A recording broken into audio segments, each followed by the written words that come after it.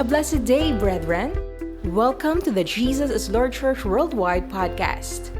Thank you for joining us as we meditate on God's message to us through the Sunday preachings from Jesus the Healer episodes. With open heart, mind, and spirit, let us pray that God would speak to us today. Sa Panginoon po ang papuri. Umpisahan ko lang po sa isang funny story. One Sunday morning po, isang pastor ang nagturo sa isang magandang church. At yung pastor po ay ginanahan. Can you imagine po, mga 3 oras po na siya ay nagturo. Pwera pa po ang ministering time. So matagal. Pero kapansin-pansin ang congregation, nakita po nila may band-aid sa muka yung pastor. After po ng worship service, isa sa mga leaders ang lumapit sa kanya at nagtanong, "Pastor, pwede ho bang magtanong?" "Oh, go ahead, ano ang tanong mo?" "Bakit po kayo may band-aid sa mukha?"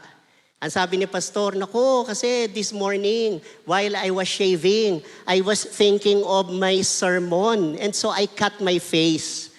Ang sabi ng leader, "Pastor, pakisuyo naman po. Please, next time, think of your face and please cut your sermon." And so, kanina hong umaga, while I was shaving, I was thinking of my face. Ngayon po, nakaharap ako sa inyo, I am going to cut my sermon. Umpisahan po natin, may 3 types of people in the church. Ito po ay mga Christians with different levels of maturity. Ano po yung una? Pakisigaw nga po. Undertaker Christians. Yung pangalawa po? Caretaker Christians. Yung pangatlo, pakilakas po. 1, 2, 3, go. Ayan. So, 3 uri po. So, kung mabilis po ninyong sisilipin ang inyong katabi, isa po sa 3 yan ang inyong katabi. Undertaker, caretaker, or risk taker Christian. Isa-isahin po natin sila. Una po, mga undertakers. Babasahin po natin ng Luke 9:62. Jesus replied, "No one who puts a hand to the plow and looks back is fit for service in the kingdom of God." Yan po, mga magulang, mga kapatid, ay very direct. Madali din pong intindihin yan, lalo na po sa atin na nakakaunawa po ng pagtatanim. No? Having the right tool but using the wrong approach is very dangerous. Pakitingnan niyo pong mabuti, right tool, wrong approach, still a recipe for ruin. Mabigat po yan. And all truth is parallel. Pwede ho ninyong kuhanin yan at ilagay sa context ng kingdom of God. Ang lesson po ay klaro. If we want to follow Jesus, we have to be all in. No looking back, no second guessing, no half-hearted attempts. Can you say amen? Tingnan po natin ang Ecclesiastes 7:10, ESV. "Say not, why were the former days better than these? For it is not from wisdom that you ask this." Ito ho ay magandang description para sa mga undertakers. It is not wise to always look at past laurels or victories po because it keeps you stuck and it keeps you blind to new opportunities. Napaka-dangerous po na tayo ay ma-in love sa dati nating mga paglilingkod. Dangerous na ang laging nasa puso at nasa isip po natin ay yung mga dating nagawa na po natin sa paglilingkod sa Panginoon. Past victories po, like past defeats or failures can hold you captive if you do not move forward. It's right to remember past victories, but we can't live in yesterday's success. Yan po, living in the past stops growth and progress. So do not give your past, victories man po yan or defeats, the power to define your today. Undertakers live on what used to be in their own faith journey. Sila po ay nabubuhay on the great days of yesterday. Pwede nating sabihin mga recalling spiritual highs. For example po, yung powerful retreat. Dati nakadalo po siya. Yung camp, so unforgettable. Yung great conversion moment or story Hindi na po niya makalimutan yon. Without cultivating a growing present-day relationship with God. Yon ang dangerous. Recalling past ministry involvement as a substitute for ongoing discipleship. Faith that's only rooted in the past becomes stale or hollow. Pag sinabing stale po, hindi na fresh, hindi na life-giving, parang bread, old bread. Pag sinabing hollow po, empty on the inside, pero wala na pong lalim, wala nang substance. Christianity is a relationship and not a museum. Yon, tandaan po natin yon. Hindi po nila naintindihan that if you live on yesterday, you die today. Basahin po natin ang Isaiah 43, very quickly po, 18 and 19, ESV. Remember not the former things. Tapos sabi, behold, I am doing a new thing. Now springs forth. Do you not perceive it? I will make a way in the wilderness and rivers in the desert. Alam niyo po ba in this passage po, God is not dismissing the past as a failure. Hindi po ang tinutukoy niya na forget the past ay yung mga failures. Kasi po, pag binasa natin yung kabuuan po ng context, ang former things po refer to their past victories and past miracles. Very quickly, babasahin ko po yung 16 and 17 ng Isaiah 43. Pakinggan po natin mabuti. He who made a way through the sea, a path through the mighty waters, who drew out the chariots and horses, the army and reinforcements together. Ang binabanggit po na sinabi ng verse na remember not the former things ay yung past victories po nila. And therefore, previous miracles, while significant, are insufficient to sustain ongoing spiritual vitality. In the context po, pag sinabi ng Diyos na I am doing a new thing, it is in the context po of, the best is yet to come. God is not done yet. Kalimutan nyo maging ang mga mabibigat, matitinding himala na naranasan nyo in the past. Yan po ang mga undertakers. Ano naman po ang caretakers? Proverbs 27:1. Do not boast about tomorrow, for you do not know what a day may bring. Marami na hong pastors ang nagpaliwanag niyan eh. Ibig sabihin, stay humble, trust God, recognize that the future is uncertain. Siyempre, ang future po is in God's hands. Pero ang verse po na yan has been stretched way beyond its meaning. Marami ho tuloy ang naniniwala pag binasa yung verse na yan, ang pinakamahalaga lang ay yung ngayon at yung ngayon lang. And so therefore, ang caretakers po focus only on the present, neglecting both the past and the future, which can lead to spiritual complacency and hinder growth. Ang mga caretakers po are interested in the now. They are just holding the fort, so to speak. Ang ngayon ang mahalaga. Kalimutan ang nakalipas, huwag mangarap para bukas. Nagagather po sila sa ang tawag po natin ay holy huddle. Please remember, apathy has replaced urgency. Caretaker po eh. When caretakers stop chasing the hurting, we lose the heart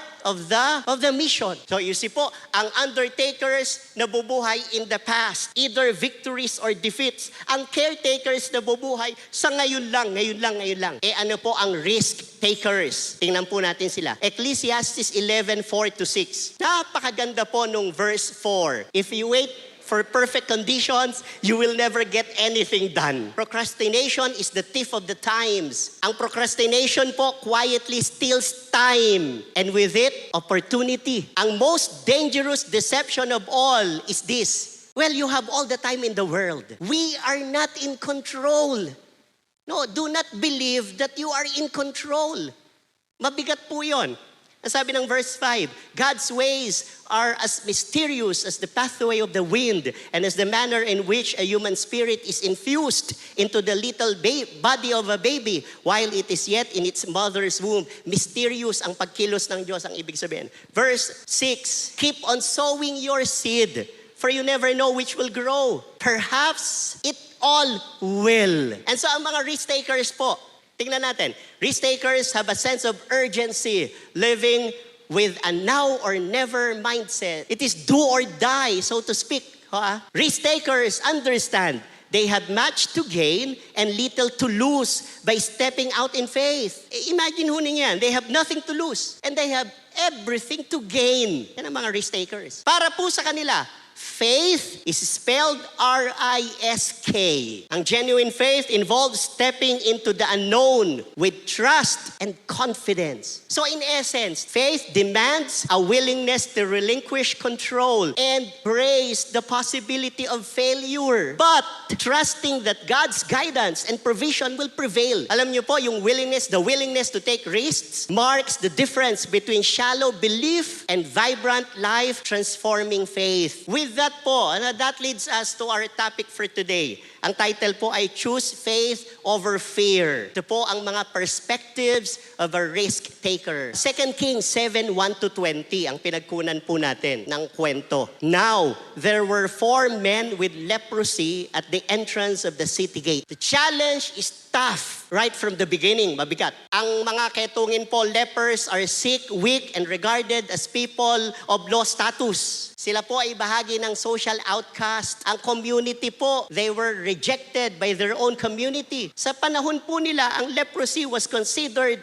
an incurable, dreaded disease. So mga magulang, mga kapatid, samahan niyo po ako. Sa umpisa pa lang, nakakaawa na sila. Only 4 men. And to be so definite po, only 4 leprous men. Kawawa naman. Now, ang sabi dun sa kasunod, these men stayed at the entrance of the gate. Ang leprous men po are supposed to stay outside the city, cut off from everyone else. Sila po ay strangers. Sila po ay not welcome in the city. Parang sinasabi hunong mga nasa city, you don't belong here. Hindi ka namin kaliga. Kayo ay insignificant, no value, low class. No one cared for them. It is like po that they were looking at the city po from the outside. 4 na ketungin na nasa labas ng syudad, nakatingin sa loob. Ganun po ang kalalagayan nila. Na pagkaminsan, ang mga tao, maraming tao, maging mga Kristiyano, nagtatanong, hanggang dito na lang ba ako? Maybe this is just where I belong? Hindi ko na ba kayang pasukin yung syudad? Kami-kami na lang ba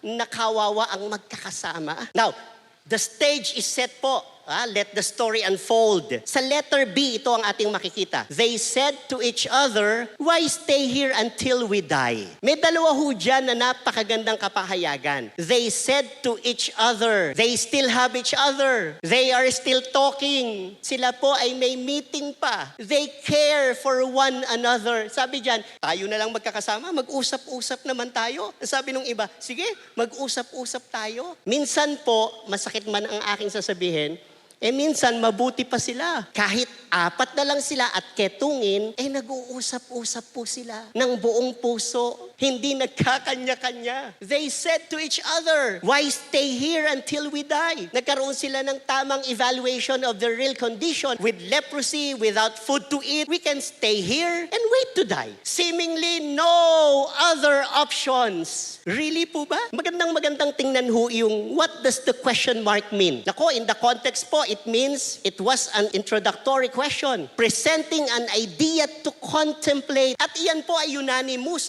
hindi ho leader lang ang nagsabi. They said to each other. It was a proposition that invites critical examination. Ang sabi po, if we say we'll go into the city, the famine is there, and we will die. That's the first option. By the way, ang famine po was brought about by Syrian siege. If we stay here, we will die. That's the second option. Either way, we will die, ang sabi nila. But at least, we have 2 possible options. Go inside the city and wait there to die. Stay here outside the city and wait here to die. Hindi pala totoo na wala silang options. Kasi ang sabi nila, well, we have 2 options. Alam niyo po ang kanilang resolution?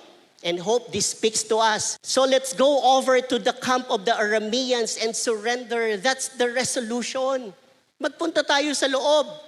Alam niyo ho, ang city of Samaria po was held captive by the Arameans or Syrians. Sabi nila, if they spare us, we live. If they kill us, then we die. At least not a slow death. Ito ho, worth noting. Pakinggan ho ninyo mabuti. Ang Samaria, ay capital of the northern kingdom of Israel sa panahon ng divided kingdom. Ang mga Arameans or Syrians ay constant threat sa mga Israelites, sabi ng mga Bible scholars, dahil sa geographical proximity. Kadalasan ang digmaan nila ay parang territorial disputes. The situation becomes dire, leading to extreme suffering and even desperate acts of cannibalism. It is deeply disturbing. Bakit po? Ang severe famine, ang food prices skyrocketed. Can you imagine po, ang donkey's head was sold for 80 shekels of silver. Na typically, hindi ho kinakain ang ulo ng donkey. Naghihintay ho silang may bumagsak na ibon para kainin nila. And because of desperation, nagkaroon ng cannibalism. Isang chapter, bago ho ang chapter na pinag-uusapan natin, may mabigat nangyari ito, 2 Kings 6, 28, 29. Dalawang nanay ang nag-usap at ang sabi nila, wala tayong makain, mamamatay tayo, magkaisa tayo. Ngayon, kainin natin ang aking anak. Bukas yung anak mo ang ating kakainin.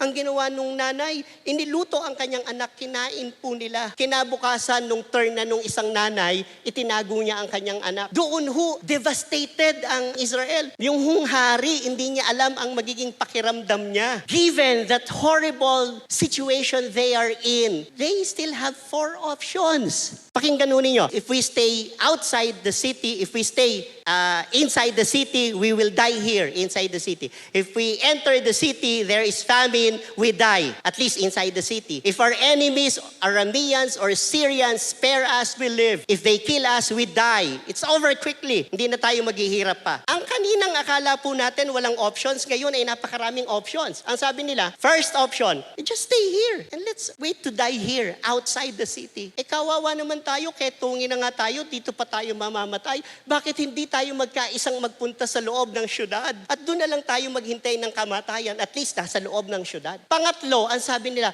malay naman natin, ang mga Syrians o Arameans, kalaban natin, ang mga Israelites, malay natin, buhayin tayo at may pagkain, and then we live another day. Or, kung sila naman, patayin tayo at least, hindi na tayo maghihirap pa. Pero can you imagine, ngayon po, ang dami na nilang possible options na gagawin. Pero sila ay nagkaisa. We've got to do something. 5a. At dusk, they got up and went to the camp of the Arameans. Nagpunta po sila. Now, check this out po. 5b. When they reached the edge of the camp, no one was there. For the Lord had caused the Arameans to hear the sound of chariots and horses and a great army, so that they said to one another, look, the king of Israel has hired the Hittite and Egyptian kings to attack us. The Lord had already prepared a miracle. Sila po, pagdating nila ron, walang tao, biglang sila na po ang may-ari ng entire city of Samaria. Are you with me? Wala silang ginawa. They just move forward. Verse 7, so they got up and fled at dusk and abandoned.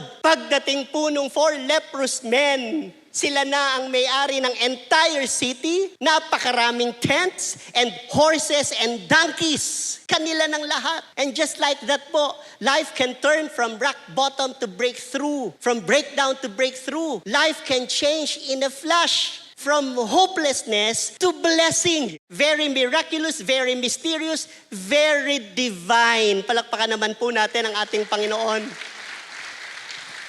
Ang 4 na ketunging naghihintay ng kamatayan kanina na nagkaroon ng maraming options, ngayon ang bumulaga sa kanila ang entire city of Samaria. Plus, may mga tents, tulugan, shelters, may mga horses, may mga donkeys. But wait, there's more. Sabi ng verse 8, the men who had leprosy reached the edge of the camp, entered one of the tents, and ate, drank, enjoyed. Eat all you can. And that morning po, the lepers found the army camp fully loaded with supplies, but not a soul in sight. Sila po pagdating doon, walang makain, punong-puno ng pagkain ang bawat tent. At sila po'y kumain at sila po'y nabusog. Pero baka akala ho ninyo, tapos na. Hindi pa. O tingnan po natin. Continuation of verse 8. Then they took silver and gold and clothes and went off and hid them. They returned and entered another tent and took some things from it. Hindi na binanggit kung ano. And hid them also. Amazing blessings. Isa-isahin po natin. Tents, horses, donkeys, food and drink, silver, gold, clothes, And then don't forget the entire city. Kanila na pong lahat. Minsan ang buhay ay ganyan. Parang minsan pakiramdam natin, talunan tayo, ketungin, walang magagawa, walang maaabot, walang mararating, kawawa. Pero sa isang iglap, nung ikaw ay tumayo at unti-unting naglakad, hindi mo alam ang Panginoon may ginawa ng himalang naghihintay sa iyo. Hindi ko pagsasawa ang basahin ang kwentong ito na sumasalamin sa kwento ng marami sa atin. Na ang mga taong pakiramdam natin, look at me po, tiga doon. Naghihintay doon ng kamatayan. Pero ginorni po ng Panginoon. Pagdating po nila rito, heto na po ang istorya. Pero don't miss this part po kasi this could change everything po eh. Verse 9. Then they said to each other, parang yung kanina, they said to each other, what we're doing is not right. This is a day of good news and we are keeping it to ourselves. If we wait until daylight, punishment will overtake us. Let's go at once and report this to the royal palace.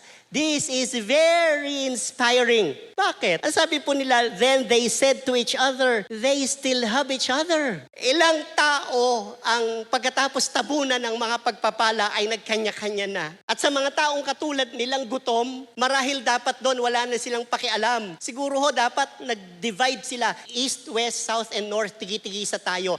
Sa 10 tent tayo. 10 tents for you, sa iyo. At wala munang pakialamanan. Hindi ba natural yon? Ilang churches, ilang community, ilang pamilya ang nagkawasak-wasak dahil sa panahon ng maraming karangyaan at pagpapala ay nagkanya-kanya ng buhay. Pero ang mabigat yung susunod po, and there is anointing po, we tremble at the word of God. Ang susunod po, ang sabi nila, what we're doing is not right. As if to say, ang priority natin is doing what is right. Despite everything that they've been through, what they went through didn't touch their hearts. Ang theology po nila ng right and wrong, ang theology nila ng blessing and punishment, napakaklaro. Habang nakakagulantang ang silver and gold and clothes and donkeys and horses and the entire city na ang may-ari ay yung 4 na lang. Ang sabi nila, wait, what we're doing here is not right. Ang napakabigat, yung sinabi nilang, if we wait until daylight and we do what we're doing right now, punishment will overtake us. Napakabigat nga ng paniniwala, theology, paniniwala nila.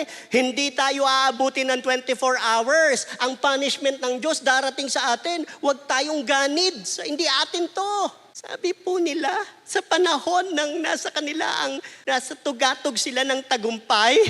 Ano pa po nangyari? Verse 10. So they went and called out to the city gatekeepers and told them, kasi merong nagbabantay sa gate eh. We went into the Aramean camp and no one was there. Sinabi nila, not a sound of anyone, only tethered horses and donkeys and the tents left just as they were. The gatekeeper shouted the news and it was reported within the palace. Andun po yung mga kababayan nila sa labas. 12, the king got up in the night and said to his officers, I will tell you what the Arameans had done to us. Ang hari po, the king saw things differently. The king believed it was a trap. Babasahin ko po ang aking research. Napakaganda lang. Because of his past experience, referring to the king po, in his mind, the enemy had pretended to flee so that when the starving Israelites came out of the city, they could be ambushed and wiped out. Strategic ang mind nung hari eh. In short, perhaps the king was reacting from fear, trauma, and disbelief. After so much suffering,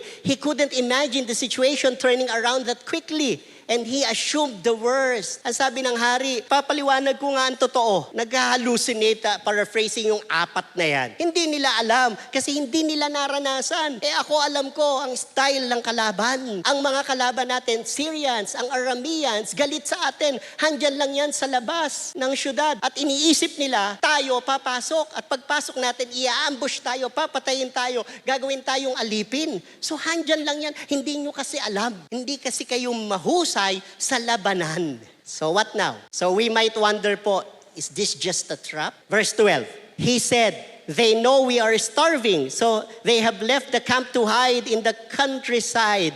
thinking they will surely come out and then we will take them alive and get into the city. Ang success po doesn't stop the critics. Ang mas mabigat ang nagsabi nito ang hari and even probably his officers. Buti isa sa mga faithful na servants ng king ay nagbigay ng suggestion na puno ng wisdom and sincerity. Verse 13. One of his officers answered, "Have some men take 5 of the horses that are left in the city." Kuha tayo ng 5 na kabayo. Their plight will be like that of all the Israelites left here. Yes, they will only be like all these Israelites who are doomed. So let us send them to find out what happened. Padala tayo ng spiya. Tingnan natin kung talagang ano ang naganap. Verse 14. So they selected 2 chariots with their horses, and the king sent them after the Aramean army. He commanded the drivers, "Go and find out what has happened." Gusto niyo po bang malaman ano ang tunay na nangyari? Verse 15, they followed them as far as the Jordan, and they found the whole road strewn with the clothing and equipment the Arameans had thrown away in their headlong flight. So the messengers returned and reported to the king. The battle turned because God stepped in. Ang sabi po ng officers, "Mahal na hari, totoo po ang balita. Wala na po ang mga Syrians or Arameans. Atin na po ulit ang syudad." At sila po ay nagdiwang at sila po ay, kumbaga sa context natin, ay nagkaroon ng matinding praise and worship. Dahil totoo, yung 4 na leprous men, ang kanilang balita ay tunay at totoo. Palakpakan naman po natin ang ating Panginoon. Ito yung mga lessons sa ating pinag-aralan. Perspectives of a risk taker. Choose faith over fear. 8 po yan eh. Refuse to stay where you are. 2 Kings 7:3a. Hindi tayo tagal rito na lang. May plano ang Lord. Influence others to there. They said to each other, "Let's go. Punta tayo. Go inside the city." Risk moving forward. Diba?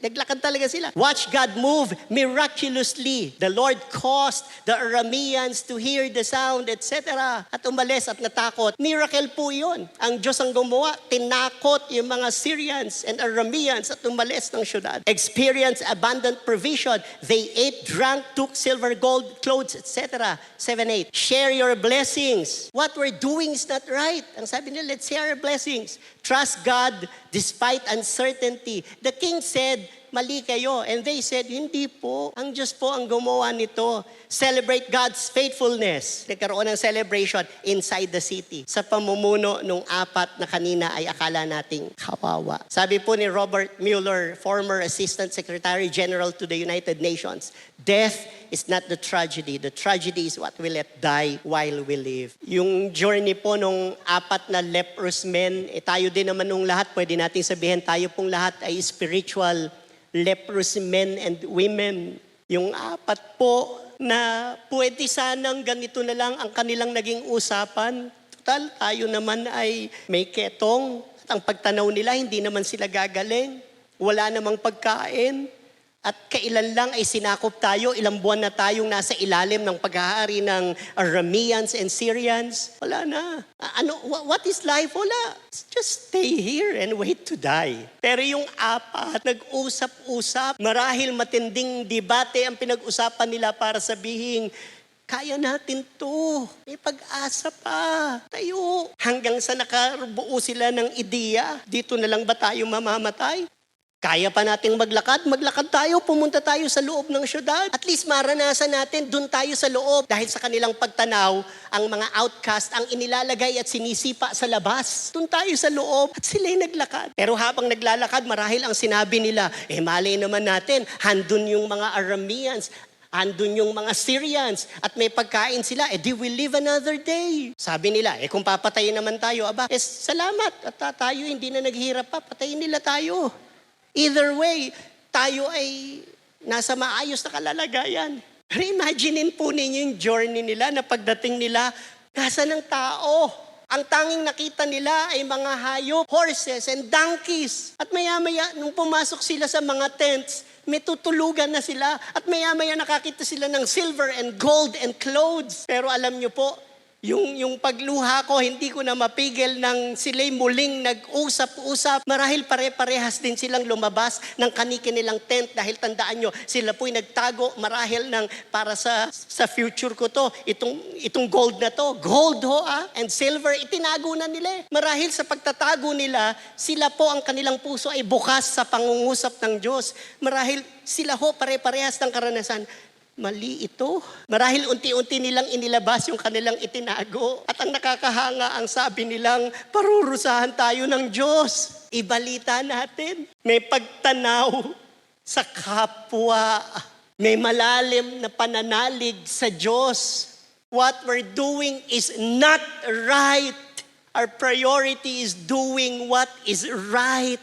Lumabas sila ng syudad kung saan sila nagmula para lang ibalita. Ang sabi nila doon sa mga nagbabantay sa gate, pakisigaw nyo sa ating mga kababayan, pakipapuntahan ang hari. And the rest is history. And I end, marahil nasa sa atin paano natin tatapusin yung kwento dahil mag-jump ka na sa susunod na chapter at hindi na na-discuss. Marahil po, nung nagpapasukan ang marami nilang kababayan, yung 4 na leprous men ay magkakahawak ang kamay na kangiti at tuwang-tuwa sila habang nagtatalunan ng mga Israelites at tuwang-tuwa. Siguro tuwang-tuwa sila nung nakita nila na kumakain ang kanilang mga kababayan. Tuwang-tuwa siguro yung 4 nung nakita nila na ang ahari ay muling nakangiti. At yung mga nanay na halos pumatay na ng kanilang anak para kainin, nakita nilang nag-e-enjoy. Pero ang lahat po ay nagsimula sa pananampalataya. Sino man dito ang may sakit at karamdaman, physically, spiritually, emotionally, all kinds of sicknesses and diseases, isa po ang hayag na katotohanan. Ang Diyos po natin ay buhay na buhay na buhay at makapangyarihan sa lahat. Hindi nagbabago. Puno ng awa at biyaya at pagmamahal. Ang Diyos ay mabuti at matapat sa lahat ng sandali. Mga magulang, mga kapatid, marahil ang huli kong sasabihin, napakapalad ng bawat isa sa atin. Ang Diyos na pinaglilingkuran natin na ngayon sa gitna ng bagyo, ay handito po tayo dahil alam natin, sulit ang bawat minuto na ginugugol sa harapan ng Diyos na buhay ang nagbibigay ng kahulugan sa ating buhay. Matagal-tagal na rin akong pastor ngayon, bumabalik ako sa katotohanan. Napakapalad ng taong ipinagkatiwala ang buhay sa harapan ng ating Panginoon. Alam niyo po, dumarating ang mga pagkakataon na minsan hindi na natin kailangang sumigaw ng napakalakas o magsalita ng napakarami. Hayag ang katotohanang napakalapit ng Diyos sa atin. And I can sense in my spirit with all of my heart, I know God is releasing His anointing of healings upon us. God is healing you, brother, sister. Pakiramdam natin tayo ay isa sa 4 leprous men outside the city, outcast. Pero ang Diyos naghahanda ng pinakamagandang himala sa iyo. The best is yet to come in your life, in your ministry.